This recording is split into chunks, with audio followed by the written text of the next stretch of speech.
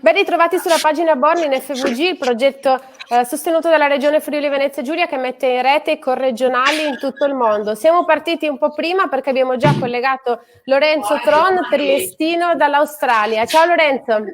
Ciao Nicole, ciao a tutti. Lorenzo è nella sua pizzeria perché lui vive da 13 anni in Australia, ha aperto due locali, uno ovviamente è quello da dove ci sta trasmettendo. C'è un po' di gente sullo sfondo perché per fortuna il locale di Lorenzo sta lavorando e ovviamente insomma una sfida anche questa a ripartire. Incrociamo le dita. Un po' di movimento dietro, ma ci sentiremo. Allora Lorenzo, raccontiamo un po' in che fase è in questo momento l'Australia, esattamente dove ti trovi tu? Io sono a Melbourne, in un rione a 10 km da Melbourne, considerato ancora centro quasi. Praticamente noi da lunedì possiamo iniziare a sedere di nuovo la gente, con molte restrizioni, tra cui 4 metri quadrati per persona, come immagino da voi. Loro sono partiti con un massimo per 20 clienti per ristorante, però sempre basati ai metri quadri, quindi io ne posso sedere 10. Però mi dicevi che i ristoranti non hanno mai chiuso.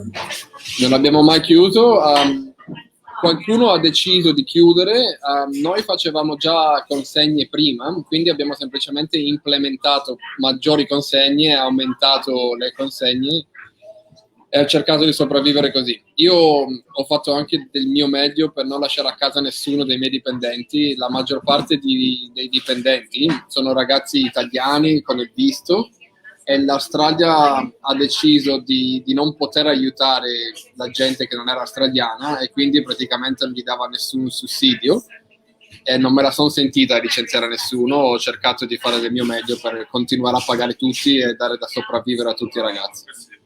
Bravo Lorenzo, tra l'altro tu avevi anche l'ultimo tu hai 2 locali ma hai anche un'attività imprenditoriale che si occupa sempre di cibo a fianco ai locali e tra l'altro uno di questi locali, la pizzeria da dove ci trasmetti, era aperta da poco, quindi era un investimento recente. Sì, no, non questa dove sono oggi, l'altro, okay. Il caminetto, sì, no, fa niente.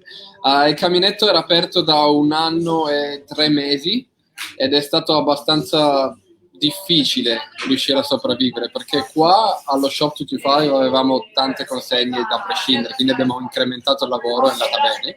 Di là le consegne non erano mai partite, quindi abbiamo dovuto lavorare, ingegnarci la testa e cercare di trovare un metodo per far partire le consegne il prima possibile, quindi tutti i vari Facebook, Instagram, Mailchimp, promozioni, tutto il possibile. Senti, ma in questo momento la gente come ha risposto? Cioè è tornata al ristorante, comincia un po' a muoversi di nuovo come era prima? La gente si è fiondata in tutti i ristoranti possibili. Cioè noi abbiamo deciso, noi apriamo dalle 5 alle 9 e mezza, abbiamo fatto 3 sedute, 5, 6 e mezza, 6 e mezza, 8, 8, 9 e mezza e avevamo tutte e 3 le sedute piene oggi. Non vedevano l'ora di tornare. Senti, ma facciamo un passo indietro, parliamo della situazione di emergenza, quando è partita anche da voi, quindi è arrivato il lockdown. Cosa è successo? Cosa potevate fare e cosa non potevate fare? Ok, da noi è stato un po' diverso che da voi in Italia. Io ho seguito la situazione avendo mamma, papà e mio fratello lì e ero molto attento, ma voi eravate obbligati a stare a casa. Noi ci hanno messo in lockdown per 8 settimane circa. I casi in tutto lo stato del Vittoria, dove si trova Melbourne, erano più o meno quelli del Friuli Venezia Giulia in totale, per capirci. Però Melbourne fa 5 milioni di abitanti. Detto questo, noi avevamo restrizioni a rimanere a casa e potevamo uscire soltanto per 4 ragioni.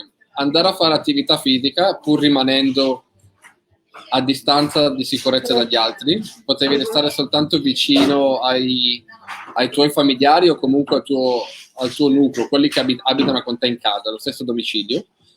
Potevamo uscire per andare dal dottore a fare la spesa e per andare al lavoro.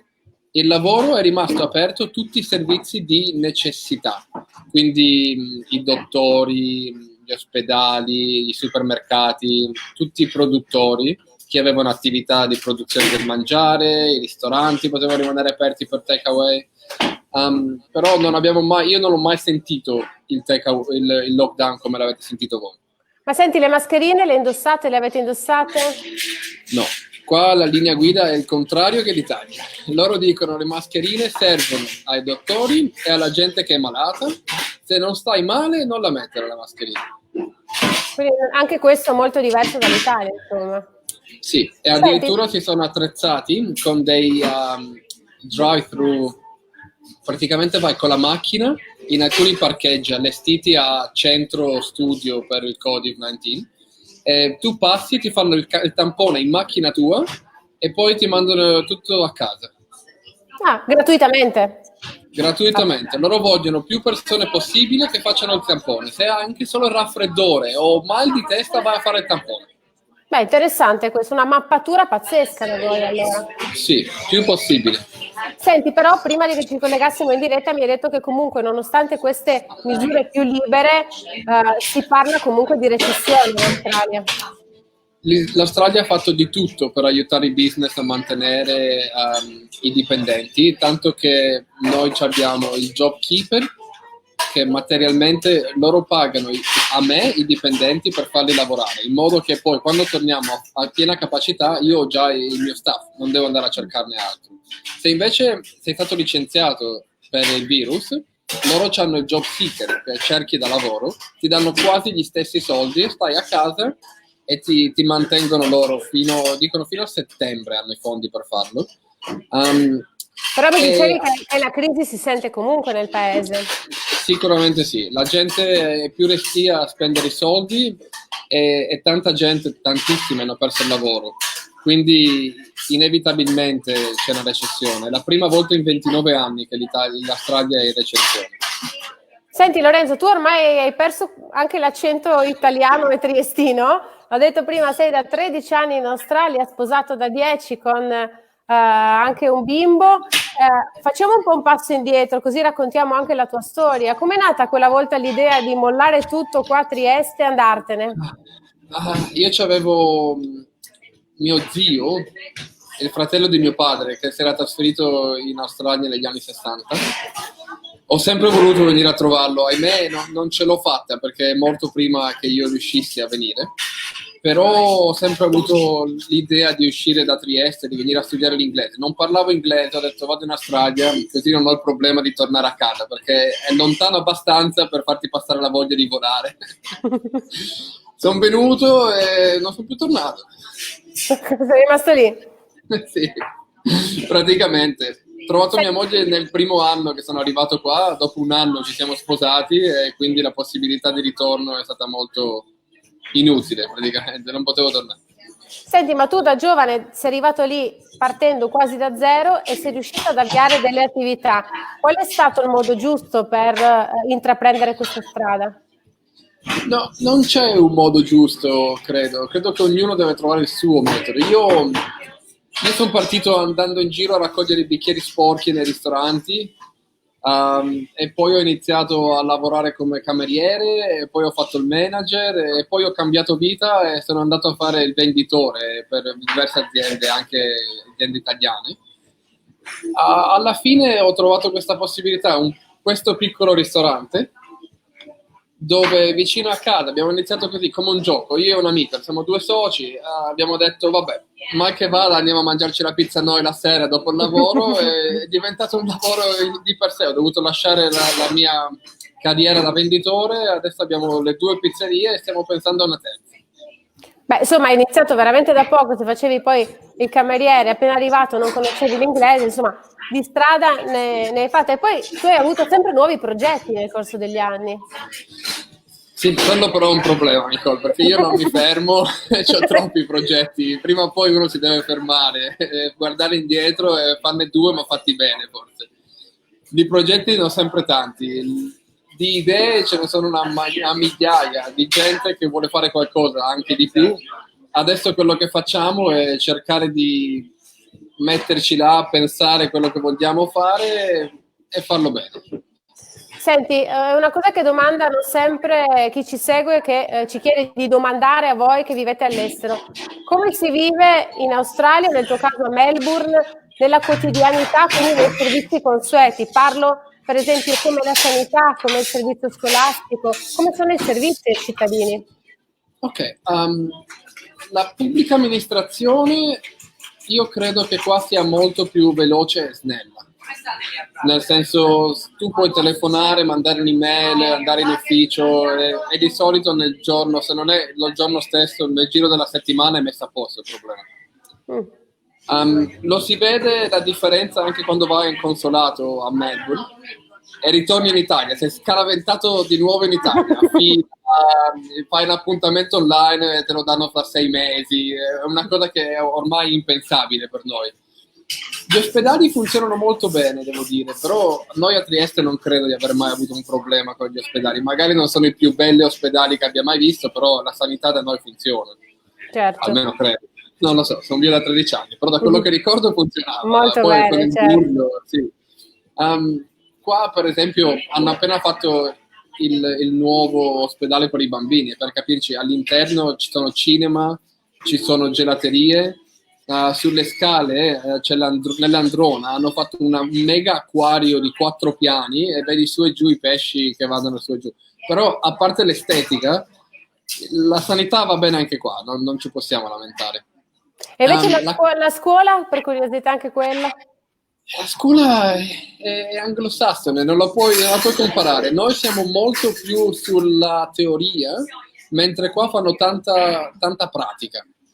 Cioè, anche all'università qua ti spiegano come lavorare, esci e c'hai il mestiere. In Italia esci e c'hai una marea di teoria, però poi devi fare la gavetta per avere il mestiere. Qua invece sei già pronto, diciamo.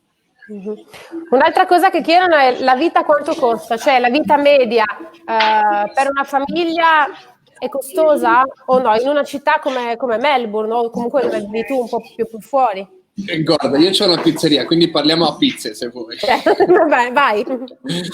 In Italia una margherita sono 4 euro, 5. Da noi sono $20. 20 dollari australiani sono circa 10 se non 12 euro. Però comparato in Italia guadagni, che ne so, 6, 8, 10 euro all'ora, qua ne guadagni 25. Quindi è tutto equilibrato, insomma. È equilibrato, sì. Ovviamente se vieni in vacanza spendi tanto. Senti, la vita una cosa... è molto diversa. Io vedo tanta gente che viene qua e dopo magari nel primo anno se ne va. Uno deve essere capace di ambientarsi, deve piacergli. Lì in Italia uno scende a piedi, a Trieste cioè io abito in centro, quindi scendi a piedi, vai a farti la passeggiata, prendi il caffè, leggi il giornale. Qua non esiste questa cosa. Ti sposti in macchina, le distanze sono grosse. Per capirci, da un lato all'altro a Melbourne tu puoi fare una distanza che è come da Trieste a Vicenza. Quindi non la vedo sempre di andare in bici, hai capito? Cioè, puoi andare a farti il giro, ci sono tanti parchi, puoi andare a bere caffè, però un caffè costa 3,50 dollari, non un euro.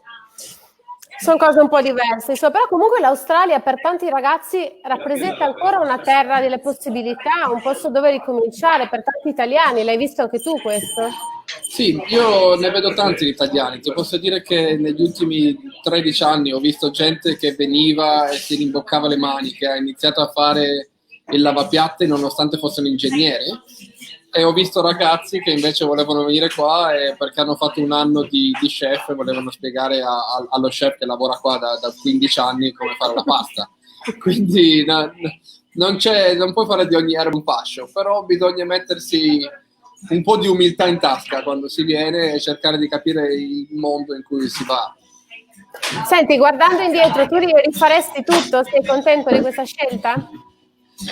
Non ti posso negare che a me mancano gli amici, però sì, io sono felice qua, è il mio mondo, mi sono trovato, ho avuto le mie possibilità, credo che rifarei tutto.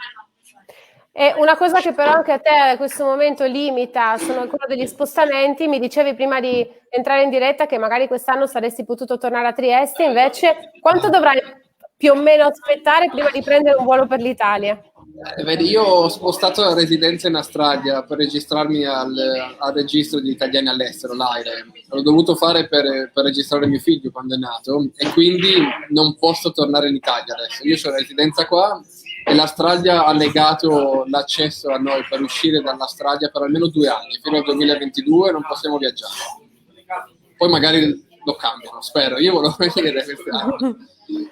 Quindi ci vorrà un po' di tempo, ma ti manca un po' Trieste anche la città o insomma, sono gli affetti e le amicizie poi alla fine che mancano? La città è la città, a me manca Trieste, io amo Trieste, però a volte diciamo che la mentalità dopo essere tornato, di solito dopo una settimana, sono felice di andarmene, Bene. non te lo nego. No, me lo dicono in tanti che vivono all'estero. Senti Lorenzo, siamo arrivati alla fine della nostra chiacchierata. Io ti ringrazio e ti auguro in bocca al lupo per tutte le tue idee e i tuoi progetti che saranno sicuramente nuovi quando ci risentiremo. Sicuramente, grazie Nicole, grazie a tutti e ci sentiamo la prossima volta. Un abbraccio. Un bacione, a presto, ciao ciao. Ciao, ciao, ciao.